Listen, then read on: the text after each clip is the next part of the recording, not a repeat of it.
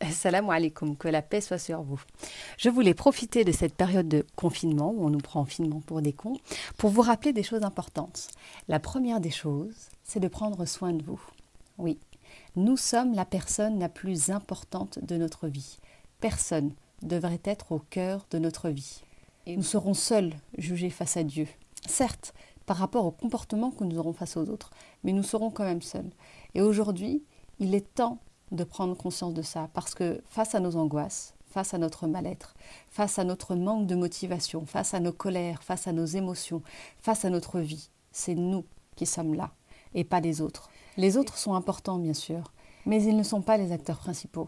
Ils sont peut-être des figurants, peut-être des acteurs secondaires et peut-être même des acteurs principaux dans votre vie quand il s'agit de votre mari, de vos parents, de vos enfants, selon la période que vous vivez. Mais peu importe. L'acteur principal qui ne change jamais, c'est vous. Vous, vous, vous. Alors bien sûr, l'égoïsme, c'est lorsqu'on ne pense qu'à soi. Et là, il ne s'agit pas d'être égoïste. Il s'agit de penser à soi pour encore mieux penser aux autres. Vous savez, c'est comme dans l'avion.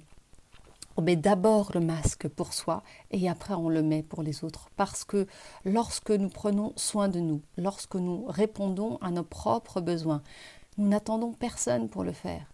Et nous ne sommes pas dans l'exigence que l'autre nous apporte quelque chose. Nous sommes les meilleures personnes pour répondre à nos besoins. Les autres ne sont pas à l'intérieur de nous. Nous sommes les seuls observateurs de nos pensées. Nous sommes les meilleures personnes pour pouvoir répondre à nos besoins. Parce que nous nous connaissons parfaitement. Nous avons toujours été là pour nous. Nous connaissons nos goûts. Et même si nos goûts changent, même si nos idées changent, même si notre vie change, peu importe, nous sommes toujours observateurs de notre vie. J'aimerais vraiment pouvoir vous faire prendre conscience de la valeur que vous avez. Vous êtes des êtres importants. Personne ne devrait être meilleur que vous. En tout cas, vous ne devriez juger personne comme meilleur que vous. Ça ne veut pas dire que vous êtes meilleur que les autres, mais ça veut tout simplement dire que vous êtes la personne la plus importante de votre vie. Les autres ne sont que des acteurs secondaires par rapport à votre rôle principal. Il est temps de prendre conscience de cela.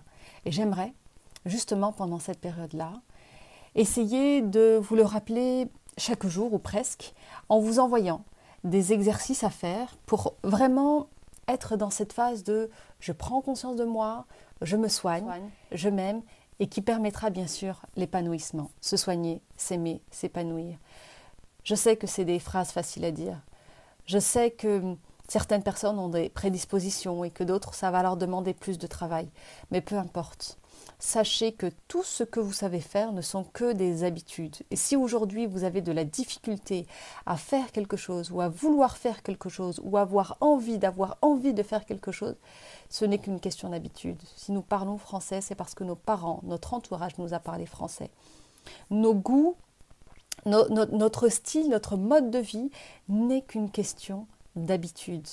Alors décidez à partir de maintenant de changer d'habitude et nous verrons plus tard à quel point la pensée est quelque chose d'important. Devenir maître de ses pensées plutôt que ce soit nos pensées qui soient maîtres de nous. Alors bien sûr, il n'y a pas que les pensées, il n'y a pas que les émotions, il n'y a pas que le physique, mais c'est un ensemble. Et nous les verrons, Inch'Allah, point par point, pour que nous puissions vraiment être dans cette idée de je me mets au cœur de ma vie, je me reconnecte à moi-même pour me reconnecter à mon Seigneur, parce que la parole prophétique dit qui se connaît soi-même connaît son Seigneur.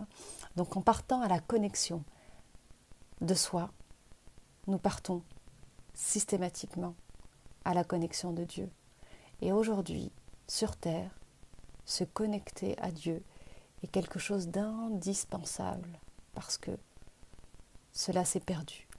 Nous avons perdu cette connexion à Dieu au fur et à mesure des générations et il ne sert à rien d'en vouloir aux autres. Il ne sert à rien d'en vouloir à ceux qui ne nous ont pas transmis tout cela parce que ce n'est que la vie sur terre. Alors, dans un premier temps, je vous invite simplement à juste prendre conscience que vous êtes la personne la plus importante de votre vie. Remettez-vous au cœur de votre vie. Et pour ça, c'est simple. Pas la peine de changer quoi que ce soit dans un premier temps. Juste observer. Soyez observatrice de votre vie. Vous pouvez prendre des notes. Alors bien sûr, le mieux c'est d'écrire réellement. Parce que lorsqu'une chose reste dans la tête, et comme on a plein de choses dans la tête, parfois ça peut s'emballer, on pense à quelque chose et puis après on part. Alors que quand c'est écrit, quand c'est acté, et ben déjà on l'a plus dans la tête et puis en plus on peut le redire de manière plus claire.